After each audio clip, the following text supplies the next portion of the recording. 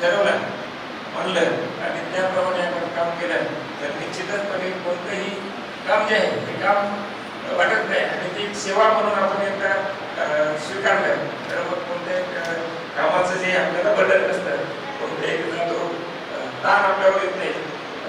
तर आपण जे सर्वांनी जी सेवा आपल्याला दिलेली आहे, ही सेवा बाबांनी आपल्याला दिलेली आहे, ही सेवा प्रत्येकाने समर्पित भावनेने केली तर मला वाटतं आज आपण 15 आपले सिस्टर जे त्याचा सत्कार केलेला आहे.